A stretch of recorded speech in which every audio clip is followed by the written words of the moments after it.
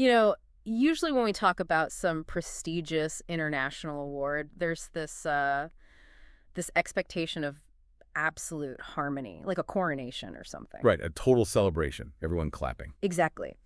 So I want you to picture this. It is 2012.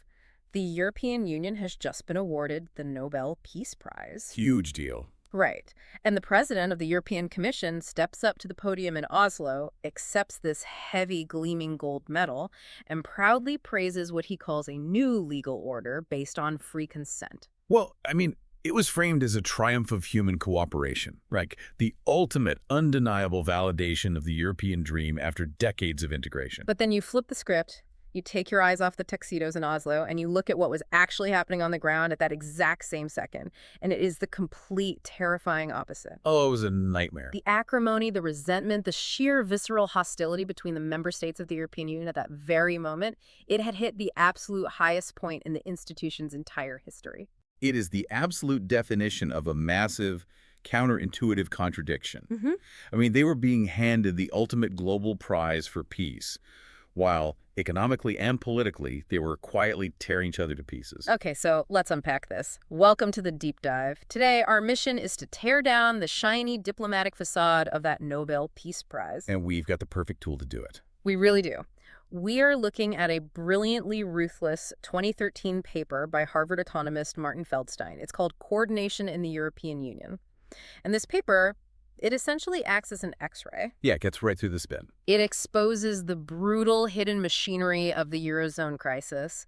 We are going to look at how a project built on the promise of ultimate peace morphed into an arena for financial war, political deception, and the total absolute illusion of coordination. What Feldstein does here is just, well, it's so rare. He strips away the polished talking points coming out of Brussels. He ignores the press releases entirely. Right, it's just looking at the math. Exactly. Yeah. He looks at the raw economic data, the actual policy moves forced upon sovereign nations, and the visceral, real-world reactions of the citizens involved. And what he finds is that the narrative being sold to the world, this heartwarming idea of a united Europe holding hands and working together to solve a crisis, was it was a complete fabrication. So why is a Nobel Peace Prize being awarded to an institution that is fundamentally at war with itself? Let's start with this paradox of ultimate peace. Well, because the prize committee in Oslo was celebrating the idea of harmony. They were looking at a continent that had torn itself apart in 2 world wars and saying, look, they haven't shot at each other in decades. Which is great, obviously. Of course. But they were completely ignoring the mechanical reality of what had actually been built to enforce that peace. The European Union, and specifically the 17 nations using the euro currency at that time, was celebrated for bringing people together. But the single currency, the euro, it didn't act as a bridge. It acted as a financial straitjacket. A straitjacket.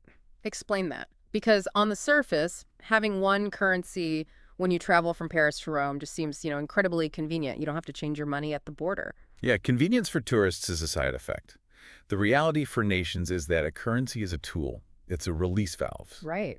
By forcing wildly different economies with completely different cultures of spending, taxation, labor union power, and industrial output into a single, unbreakable currency cage, you remove their ability to adapt to local crises. So what works for one completely destroys the other. Exactly. A monetary policy that works perfectly for a booming German export factory in Stuttgart might be completely suffocating for a struggling olive oil exporter in Greece. But under the euro, they both get the exact same monetary medicine. Picture this in your mind right now. I want you to imagine a split screen. On the left side of your screen, you have this pristine, beautifully lit hall in Norway, dignitaries applauding the Nobel medal, and on the right side of the screen, Absolute chaos. exactly, the streets of southern Europe. Tens of thousands of furious protesters in Greece, in Spain, in Italy. They are holding up massive, angry signs specifically targeting Germany and Angela Merkel. They were burning flags in the streets. The anger is palpable. It isn't just a policy disagreement, it's visceral hatred. And that split screen is the truest possible representation of the Eurozone crisis. The political elites are patting themselves on the back for forging peace, while the rigid mechanics of their creation are breeding a terrifying level of nationalist resentment. So how did it get so incredibly ugly? To understand that, we have to trace the money. We have to look at who is actually holding the bag for the continent's biggest disaster. Let's talk about the German baker. Right, the average citizen. Because here's the contradiction that started the fire. Why should a regular German citizen who pays their taxes and never lent anyone a dime suddenly face a massive 40% loss risk for a foreign government's lies? That is the multi-billion euro question that ignited the entire crisis. Let's rewind the clock just a bit to the spring of 2010. Okay, take us back. The Eurozone crisis officially kicks off when the Greek government comes out and admits something absolutely shocking to the global markets. They reveal that they have been systematically hiding the true size of their national debt and their annual budget deficits. Wait, a sovereign modern European nation just cooked the books, like a corrupt corporation. They absolutely cooked the books, and they actually used complex financial derivatives designed with the help of Wall Street banks, by the way, Oh. to mask their borrowing. Oh, wow. Yeah. And when a new government came in and finally opened up those books to the public, the numbers were terrifying. The deficit wasn't a manageable 3 or 4%. It was astronomical. This revelation sends an absolute shockwave through the global financial system. Because suddenly the fundamental assumption of the euro that a European country is as safe as a U.S. Treasury bond is completely shattered. The possibility that a European country might default on its debt or even get kicked out of the euro becomes a very real, very present danger. Right. And international lenders naturally freak out. They look at Greece and say, we aren't lending you another penny unless you pay us 10, 15, 20% interest. Which, of course, Greece cannot afford. Not even close. Yeah. So Greece is weeks away from bankruptcy. And this shockwave hits the European Central Bank, the ECB, in Frankfurt. Because the ECB is supposed to be the lender of last resort. But here is where the mechanical trap snaps shut on our hypothetical German baker. Explain how a Greek lie becomes a German liability. It comes down to how the European Central Bank is actually funded. I mean, the ECB isn't a magical entity with its own limitless pot of gold in the basement. It is capitalized, meaning it gets its foundational money from the national central banks of the member countries. Okay. And the amount each country puts in is based on the size of their economy and population. So Germany, being the economic titan of Europe, obviously has the biggest share. Precisely. Germany holds roughly 27% of the ECB's capital directly. But when you factor in the mechanics of how losses are distributed if a country like Greece defaults, Germany essentially absorbs about 40% of the hit. 40%. Yeah. So if the ECB steps in to save the day, if they buy up billions in toxic Greek debt to keep the Greek government afloat, and then Greece defaults anyway. Which everyone thought they would. Right. If they default, the ECB takes a massive loss, and 40% of that crater is filled by German taxpayers. That is insane. Let's make this relatable. Imagine you find out your neighbor, a guy you barely know who lives 3 streets over, has been secretly maxing out a dozen credit cards for years. He's completely underwater. Living way beyond his means. Exactly. And then the local bank sends you a letter saying, hey, to keep the neighborhood real estate market stable, we're going to garnish your paycheck to cover 40% of his debt. Thanks for understanding. You would be completely furious. Yeah. And the German public was furious. I mean, they saw themselves as financially responsible, they saved their money, they underwent painful domestic labor reforms in the early 2000s, they balanced their budgets. And now they were being put on the hook for the blatant deception of a foreign government thousands of miles away. Exactly. But here is the thing that Feldstein points out, which shifts the scale of this entirely. Greece is tiny. In the grand scheme of the European economy, Greece's GDP is a rounding error. It's an irritant. Right, it's a manageable problem if it's isolated. The real terror, the thing that kept central bankers awake in a cold sweat, wasn't Athens. It was looming right next door, the massive shadows of Spain and Italy. Exactly. Greece is a friction cost. Yeah. A Spanish or Italian bailout. That is a crushing, system-destroying burden. But there's a massive contradiction here that really slaps you in the face when you look at the raw numbers. Spain and Italy together have a larger combined economy than Germany. Their GDP is bigger. Much bigger. So why are they sitting at the negotiation table in Brussels, acting like helpless targets, waiting for Germany to dictate terms? Because economic size does not equal leverage when you are the one running out of cash. Think of it like a billionaire who has all his money tied up in real estate, but zero cash in his checking account. Right. If he needs to buy a loaf of bread, the guy with the $20 bill has more immediate power than he does. It's liquidity versus solvency. Exactly. Spain had massive problems because their government was forced to bail out their own reckless regional banks after a colossal housing boom exploded. Italy had structural government debt that was already well over 100% of its GDP, even before this crisis hit. So they are massive economies, but they're bleeding out. Yeah, and when the financial markets looked at Spain and Italy after the Greek shock, they panicked. They thought, well, if Greece can hide its numbers, what are Italy and Spain hiding? Right, the trust was completely gone. Poof! Interest rates for Spanish and Italian debt skyrocketed. These huge nations suddenly couldn't afford to borrow the money they needed just to keep their hospitals open and pay their civil servants. They needed a lifeline. And who had the lifeline? Germany. Germany had the cash, they had the pristine AAA credit rating, and they had the dominant voice in the ECB. And this creates a fascinating, terrifying power dynamic. Germany holds the ultimate weapon, the bailout funds. This is a huge aha moment. He realized that in a currency union, the nation with the cash surplus holds absolute sovereign power over nations that technically have a higher combined GDP. The size of your economy doesn't matter if your national credit card is declined. The guy with the cash makes the rules. And Germany was determined to make very, very strict rules. Angela Merkel's government wasn't going to hand over a blank check. They demanded brutal conditions in exchange for any potential financial help. Which leads directly into a deeply dark, deeply historical accusation. Why were Mediterranean countries suddenly accusing Germany of starting World War III using balance sheets instead of tanks? Because the conditions Germany wanted to impose were incredibly severe. We are talking about mandated fiscal restructuring from the outside. Brussels and Berlin telling Madrid and Rome that they must slash public budgets, cut the pensions of their elderly, raise taxes on the working class, and fire public sector workers. Austerity with a capital A. Exactly. But wait, I have to push back here. Let's play devil's advocate. Isn't Germany just asking them to balance their checkbooks? Like, hey, if we're going to put our taxpayers on the hook to lend you billions, you have to promise to stop spending more than you make? That sounds like basic financial hygiene, not warfare. Well, from a purely accounting perspective in Frankfurt, yes, it seems perfectly logical. But Feldstein makes it clear we must look at this impartially through the lens of the nations receiving these demands. Right. In Greece, in Italy, in Spain, this wasn't viewed as friendly economic advice from a concerned neighbor. It was viewed as an invasion of national sovereignty. The citizens and officials in Southern Europe were violently complaining that Germany was acting as a hegemonic power. Exactly. You have this massive friction between German financial culture, which prizes strict discipline, saving, and an absolute abhorrence of inflation, and the Latin economic traditions, which often relied on different mechanisms for growth, currency flexibility, and heavy state social support. Two completely different worlds. Yeah.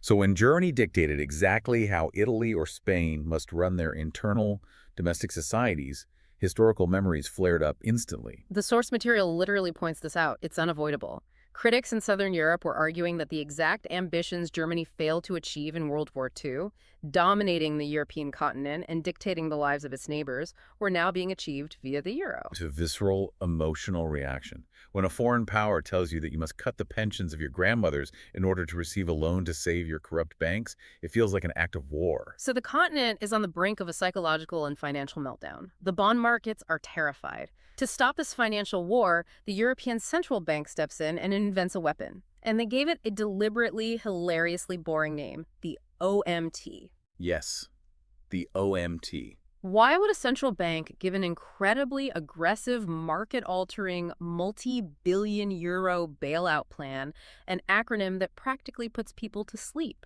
The ECB announced the Outright Monetary Transactions Program, OMT.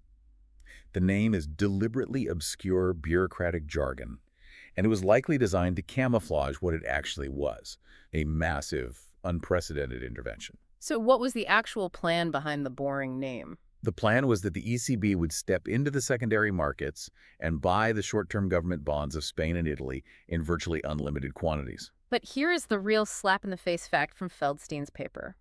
The OMT successfully crashed the long-term interest rates in Spain and Italy before a single dime was actually spent. It's amazing. How is that even possible? How does an announcement cure a crisis? What's fascinating here is the psychology of financial markets. Investors were demanding high interest rates from Spain because they were terrified Spain would default. But the ECB, led by Mario Draghi at the time, essentially stood up at a press conference and made a promise. The famous promise? Right. Draghi famously said the ECB would do whatever it takes to preserve the euro. He essentially said, We have a bazooka with infinite ammunition, and we are willing to use it against anyone betting against Spain or Italy. And the market looked at the bazooka, looked at the infinite money printer in the basement of the ECB, and said, okay, we believe you, we'll stop panicking. Exactly. Mm. It was a massive bluff, or at least a massive threat of overwhelming force that the markets completely bought. The interest rates plummeted purely based on the announcement of the OMT. That's wild. The central bank manipulated the reality of the market without actually opening its wallet. But there was a massive catch to this invisible money, and it's a catch that highlights the total dysfunction of the Eurozone. The money is sitting right there on the table to save Spain and Italy. The bazooka is loaded. So why is absolutely no one reaching for it? Because the ECB didn't offer the OMT for free. To actually get the OMT money to trigger the actual buying of bonds, a country like Spain or Italy had to formally apply for aid from the European Stability Mechanism. And what's wrong with that? If they applied for aid, they had to legally agree to the brutal, externally imposed economic conditions we just talked about. The conditionality, the poison pill. Yes, for a Spanish or Italian politician. Signing that agreement is essentially committing political suicide. It means returning to Madrid or Rome and telling your voters, I have handed over the keys of our country to Brussels and Berlin. They now dictate our budget. So they absolutely refuse to swallow the poison pill. They wouldn't touch it. And on the other side of the table, The German public and the Bundesbank, the German central bank, are furious at the prospect of the loans even happening. They are terrified of that 40% default risk. They actually took the ECB to the German Constitutional Court, arguing the OMT was illegal. wow. Yeah, they do not want the ECB buying Spanish and Italian debt under any circumstances. So you have an uncrossable chasm. The borrowers would rather risk total economic collapse than accept the humiliation of the terms. And the ultimate lender, the German public, is terrified to lend. The life-saving mechanism is completely paralyzed. It's totally gridlocked. The money just sits there, untouched, while the economy's rocked. And this paralysis is the perfect breeding ground for political opportunism. Which brings us to the great lie of the European project. The crisis is raging. The financial mechanisms are stuck. So why did German Chancellor Angela Merkel and the officials in Brussels suddenly start telling the public that this crisis could only be solved at the European level? This is a classic political maneuver. Never let a good crisis go to waste. The political elites in Europe, the ones who had been pushing for integration for decades, looked at this terrifying financial fire. And instead of just putting it out using straightforward economic tools, they decided to use the heat of the fire to forge something they had wanted all along. The source paper is incredibly blunt about this. Feldstein explicitly calls the claim that the crisis required a pan-European solution incorrect. He says the problems were national, and the solutions could have been national. It was a false narrative. They used the panic, the fear of complete systemic collapse to ram through the European project. This project wasn't just about fixing banks or balancing budgets. It was about creating a tight, centralized political union. They wanted to strip sovereignty from individual nations, from their national parliaments, and consolidate power in Brussels. They told the public, we have to unite to survive, when the reality was, we are using your fear of not surviving to take away your democratic independence. Precisely. They framed a profound loss of national sovereignty as a simple economic necessity. Correct. They told voters there was no alternative. So how exactly do you steal a nation's sovereignty in broad daylight? According to the Brussels Master Plan, you do it in 3 easy steps. The trilogy. Let's look at this trilogy of political union. How was European integration actually just a brilliantly disguised set of handcuffs designed to steal national wallets? Well, the European leaders mapped out a 3-step plan to achieve this unprecedented political union. Step 1, a fiscal compact. This would legally, constitutionally limit the annual deficits and total national debts a country was allowed to have. Okay, putting strict limits on the national credit card. Step 2, a banking union.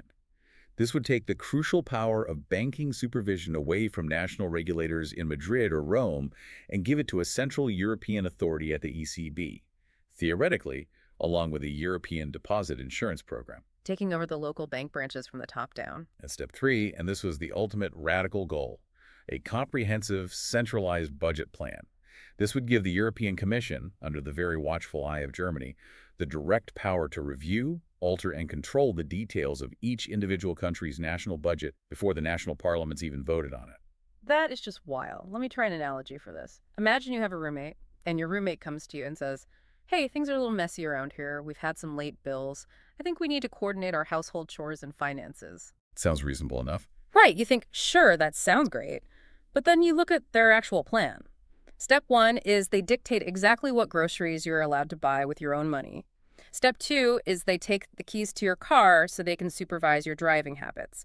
And step three is they demand your banking passwords so they can manage your paycheck for you just to make sure rent is never late. That is exactly what this trilogy was. It was pitched to the public as coordination and solidarity, but the mechanics of it were a total surrender of national democratic power. Let's see how this grand master plan actually played out. Spoiler alert, terribly. Let's look at step one, the fiscal compact. They proudly called this compact a milestone of political union. So why did a contract with supposedly strict, legally binding penalties never punish a single nation? Because it was political theater from the very beginning. The fiscal compact was drafted, agreed upon, and signed by the heads of government with great fanfare. It laid out incredibly strict rules.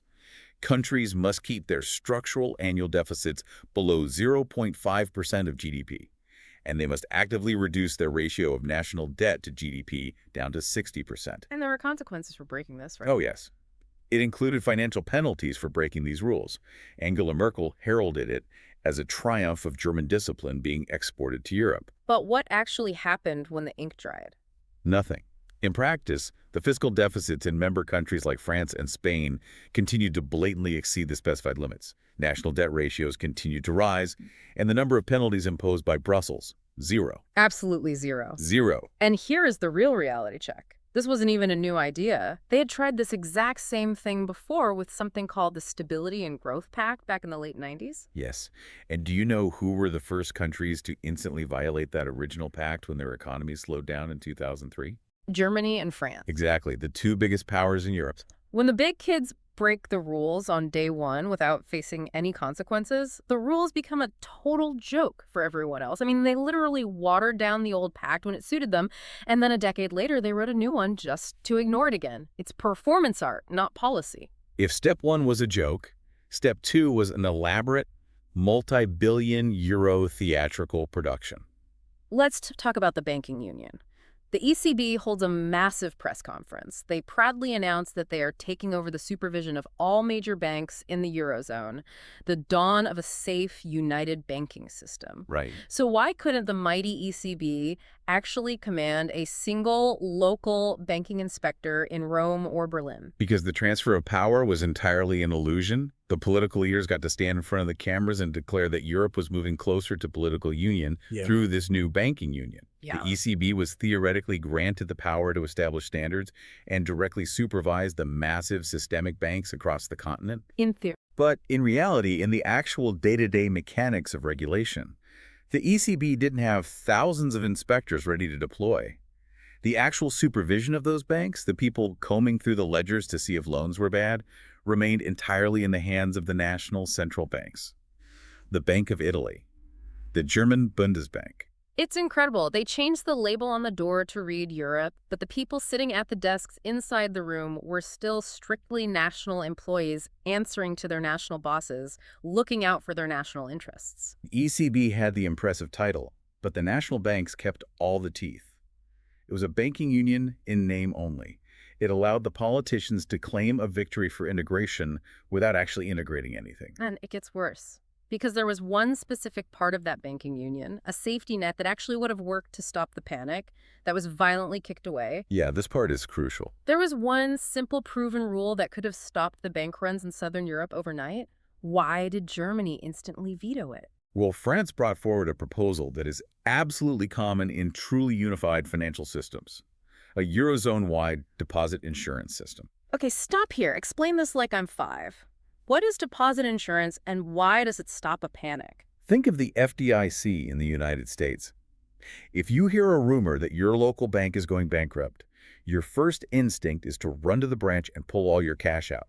If everyone does that, the bank collapses. That's a bank run. Right, a self-fulfilling prophecy. Exactly. But with deposit insurance, the central government guarantees your savings up to a certain amount. So even if the bank fails, you know the government will make you whole. You don't panic. You leave your money in the bank. It's the ultimate circuit breaker for financial terror. Right, it stops the psychology of the panic. Mm, But Germany looked at this proposal for Europe and said absolutely, unequivocally, no. Why? Because of the massive asymmetry of the risk. A unified insurance system means that the pool of insurance money comes from everyone. Germany had strong, heavily capitalized, healthy banks. Southern Europe had weak banks loaded with billions in bad real estate debt. I see where this is going. If a unified insurance system was created, the healthy German banks, and by extension the German taxpayer, would be directly on the hook to pay off the depositors of failing banks in Spain or Italy. So what does this all mean for the concept of European solidarity? It means that the rhetoric of solidarity had a hard mathematical limit. It means we are all one beautiful, united Europe, right up until the exact moment it costs German depositors actual physical money to save a Greek or Spanish checking account. Then suddenly we are very separate nations again. The mask slips entirely. The Germans effectively said, "We will supervise your banks, but we will not insure them," which defeated the entire purpose of a banking union. Which brings us to the most radioactive, explosive step of all. Step 3 of the master plan, the aborted budget takeover. What was the EU policy proposal so incredibly toxic that no one in Brussels dared to even talk about it out loud at their meetings once the public found out? This was the endgame of the Brussels bureaucracy. They drafted a highly elaborate, detailed plan that would allow the European Commission to directly control and dictate the content of the member states' national budgets. Let that sink in. They wanted to sit in a room in Belgium and decide how much a school in Madrid gets for textbooks, or what the pension payout is for a retired mechanic in Naples, or how much taxes a farmer in France has to pay. Precisely. And this was the ultimate red line. Controlling your own national budget, deciding how you tax your citizens and how you spend that money, is the fundamental definition of being a sovereign, democratic country. Because if you don't control the money, what do you control? Exactly. If you give that up to an unelected committee in another country, you aren't a nation anymore. You are a vassal state. You're a province. The blowback must have been insane. The blowback from the member countries, from national parliaments, and from the public was so fierce, so immediate, and so aggressive that the bureaucrats panicked. They couldn't even formally debate it in the open. The discussion of the plan was indefinitely shelved, pushed into the darkest drawer they could find. So let's take stock here. The grand coordination of the European Union was a total failure. The fiscal treaties were ignored. The banking supervision was a mirage. The deposit insurance was vetoed. The budget takeover was aborted. The bailout money sat there untouchable. A complete gridlock. So how in the world did anything actually get fixed? How did Europe survive? That is the core shocking thesis of Feldstein's paper. The great secret of the Eurozone crisis is that every single inch of actual economic recovery did not come from teamwork. It came from brutal, unilateral isolation. The narrative of we are stronger together is totally false. Utterly false. Look at the data. Any progress made in reducing fiscal deficits or reforming labor markets in Italy, Spain, Greece, Ireland, or Portugal happened solely through national governments acting entirely alone. Or, in the cases of Greece, Ireland, and Portugal, it happened because they were forced to accept harsh programs dictated by the IMF, an outside organization. If we connect this to the bigger picture, the entire foundational premise of the European Union, that deep coordination is required for success, that these countries must act as a unified bloc to solve modern problems, it's completely disproven by the actual events of the crisis. When push came to shove, coordination failed, and nations had to save themselves. It was every nation for itself, locked in solitary confinement, dealing with their own domestic nightmares. Let's look closely at exactly how painful that solitary action was. Let's start with Italy. Italy did everything the economists asked for. They passed massive tax hikes. They slashed the pensions of their citizens. They suffered. Truly painful reforms. And the goal was to finally achieve a budget surplus. So why did their economy immediately sink deeper into the mud? Because of the brutal mechanics of pro-cyclical austerity during a crisis. Let's look at the timeline. Italy was in a political crisis. The traditional politicians were failing. So Italy got a new government, led by an unelected technocrat, Mario Monti. Right, an economics professor. He bypassed the usual political gridlock and took severe unilateral action. He changed the retirement rules for the Social Security pension system, making it much harder to get paid. He drastically raised taxes on residential real estate. He squeezed the Italian public for every drop of spare cash. Yes, and on paper, in a sterile economic model, it looked like it worked. The International Monetary Fund, the IMF, looked at his math and confidently projected that Italy would achieve a cyclically adjusted budget surplus in 2013. The textbook said Italy was cured. But here is the slap-in-the-face reality. Economics doesn't happen in a vacuum. Exactly. The actions were so harsh, they sucked so much money and demand out of the everyday Italian economy that they triggered a severe recession. Think about it. If you cut a retiree's pension, they stop buying groceries. And if you tax a homeowner, they cancel their home renovation. Right. When consumers stop spending, businesses close. And when businesses close and people lose their jobs, what happens to tax revenues? Tax revenues plummet. So even though the Italian government was spending less money, they were suddenly taking in far less money. Yeah. Because of the austerity-induced recession, the actual budget remained trapped in a deep deficit. They bled the patient to cure the disease, and the blood loss just made the patient sicker. They did it all alone, they suffered immensely, and the mathematical outcome was still a disaster. That was the Italian paradox. Now, if Italy's problem was the medicine they took, Spain's problem was his own internal anatomy. Spain actually managed to do the impossible. They successfully cleaned up their toxic banks. The financial rot from the housing bubble was supposedly excised. So why was the country still collapsing with the terrifying unemployment rate of over 25%? Because fixing the banks didn't fix the state. Despite the banking reforms, Spain's fiscal deficit was still hemorrhaging at over 7% of GDP, and they had a massive current account deficit. The economy was completely stalled out, hence the 25% unemployment. A quarter of the workforce with no jobs. Over 50% for youth unemployment. That is depression-level catastrophe. Why couldn't the central government in Madrid just implement policies to fix the deficit? Because of a fatal constitutional flaw. Spain is not a tightly centralized state like France. The Spanish constitution grants immense relative autonomy to its individual regions, like Catalonia, Andalusia, the Basque Country. They have their own parliaments. Exactly. These regions control massive amounts of public spending for health and education. So Madrid says, we have an order from Brussels to cut spending here and raise taxes there, and the regional governments just say no. Effectively, yes. The central government, physically and legally, could not force the autonomous regions to strictly follow its macroeconomic policies. The central government in Madrid was trying to steer the ship away from the iceberg, but the oarsmen in the lower decks had their own union rules, their own political agendas, and simply refused to listen to the captain's orders. The power was too fractured. Madrid is held responsible by Europe for the national deficit, but they don't actually have the domestic power to control the spending. It is an impossible structural trap. They were fighting a financial war with one hand tied behind their back by their own constitution. So Southern Europe is burning, Italy is bleeding itself dry, Spain is paralyzed by its own constitution, Greece is surviving on an IMF drip feed. But while all this chaos is happening, there is one major, massive player quietly sitting on a terrifying secret. Oh, this is the best part. Let's talk about France. France is the great anomaly of this entire narrative. It defies logic. France's economic numbers were, by almost every single metric, arguably worse than Italy's. So why did it cost France almost nothing to borrow money while Italy was being bled dry by massive interest rates? Let's look at the terrifying raw data on France in 2012 and 2013. France was teetering on the edge of a recession. Their fiscal deficit as a percentage of their economy was actually larger than Italy's. Their current account deficit was worse. Wait, really? Yeah. They had double-digit unemployment, just like Italy.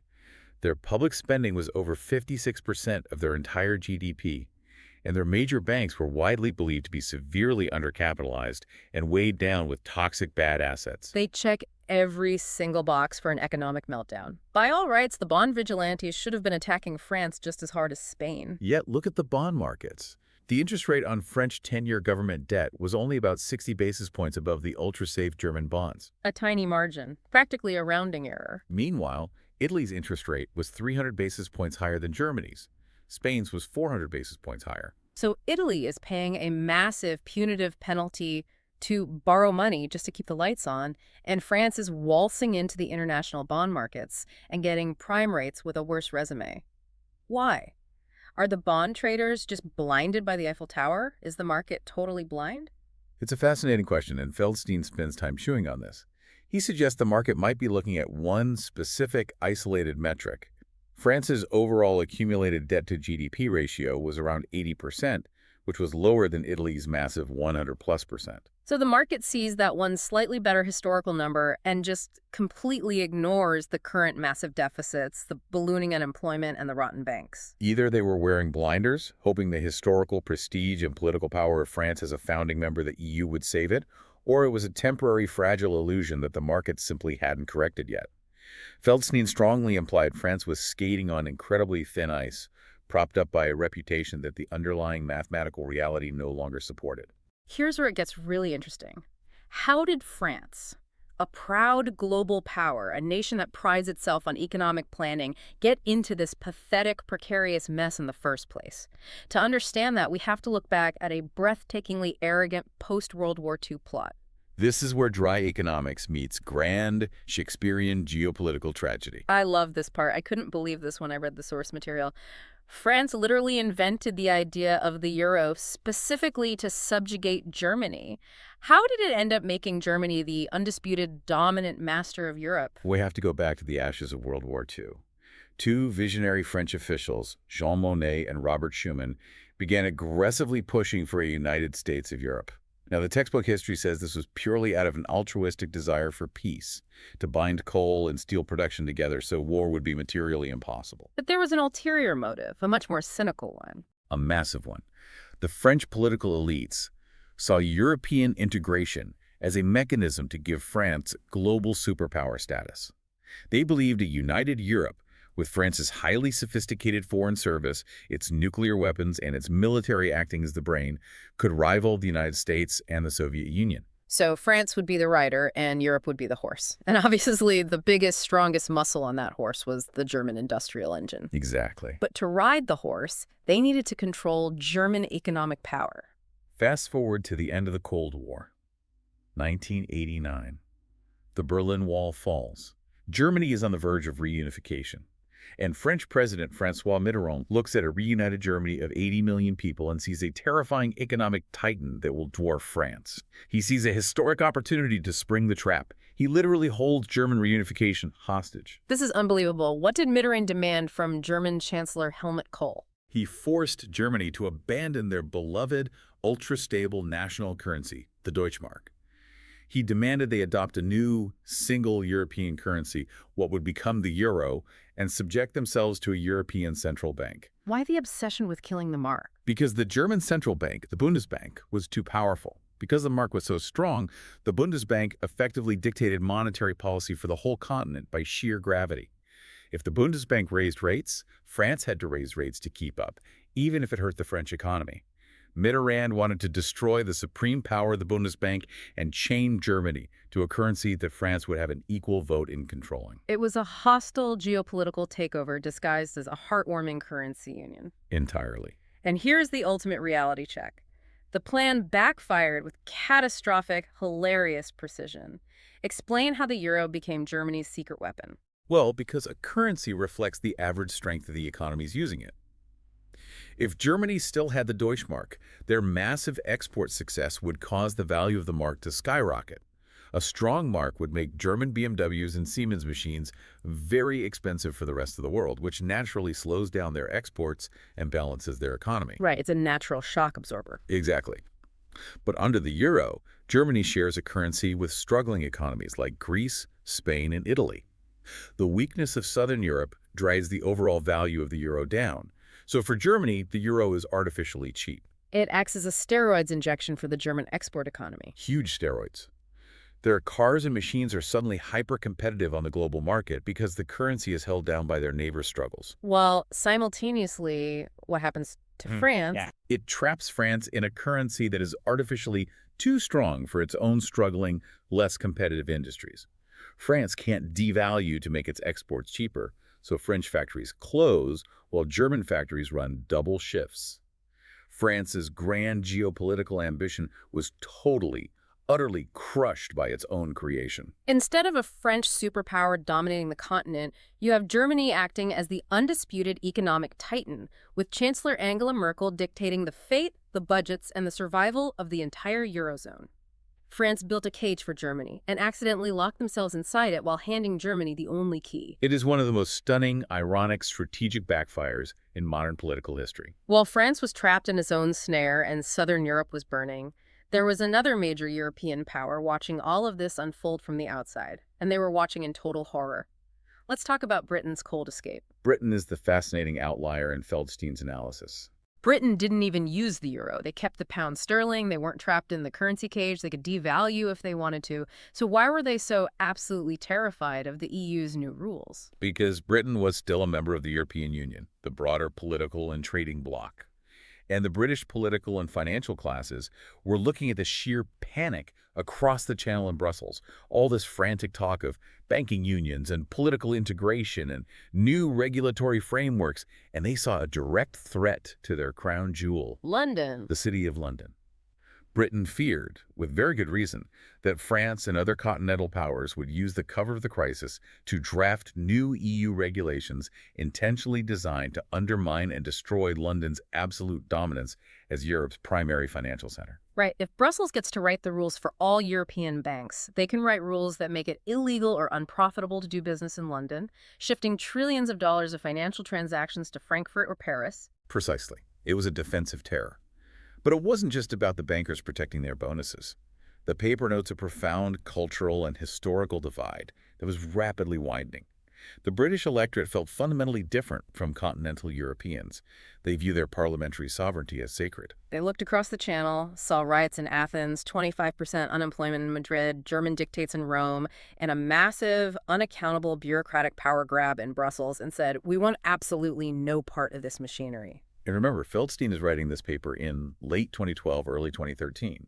He explicitly notes that polls at that very moment showed a majority of the British electorate wanted out of the EU completely.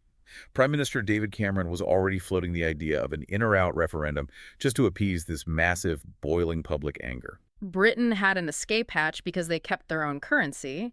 They could actually envision a life outside the system, which reveals the ultimate tragic solution that the rest of Europe was purposefully, stubbornly ignoring. There is a single obvious textbook economic button that would instantly rescue all the Mediterranean countries. Why is the Eurozone absolutely refusing to press it? This is the economic tragedy at the heart of the crisis. To understand this, we have to understand what was really killing Southern Europe.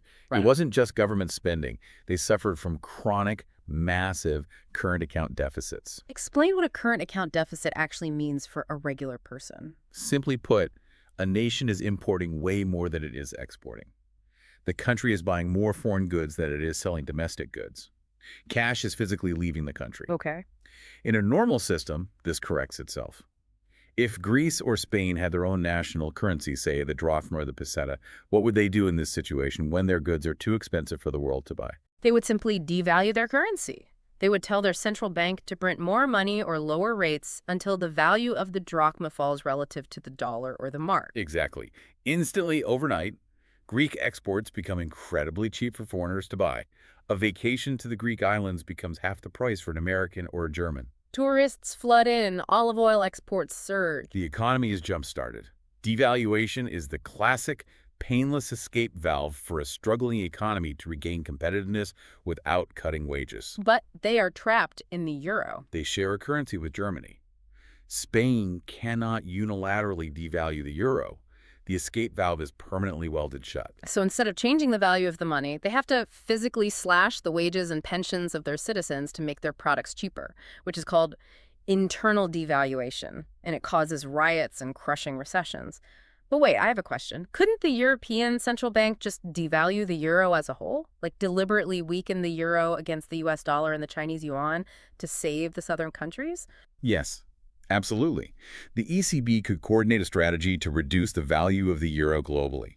It would make all of Europe more competitive and throw a massive immediate lifeline to Spain, Italy, and Greece. It is the one single instance where coordinated action, the very thing the EU claims to exist for, would actually solve the crisis. And what did they do? They simply refuse to do it. Unbelievable. The one-time coordination would actually save lives and economies. They abandon it. Why? Because a weaker euro makes imported goods, like oil, more expensive. It causes a slight increase in inflation. And Germany, due to its historical trauma from hyperinflation in the 1920s, has an absolute theological abhorrence of inflation.